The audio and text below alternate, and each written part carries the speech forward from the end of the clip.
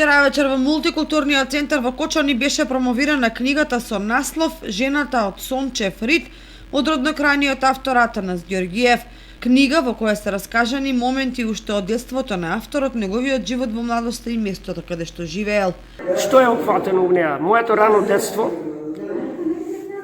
од мали години, од речиси основно образование, осмолетка, па гимназија.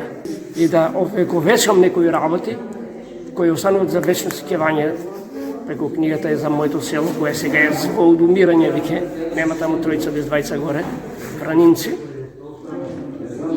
Имам напишани и некои песни кои имам спомнато, и песни кои ги пеев, и ги пеам, например, за Вранинци.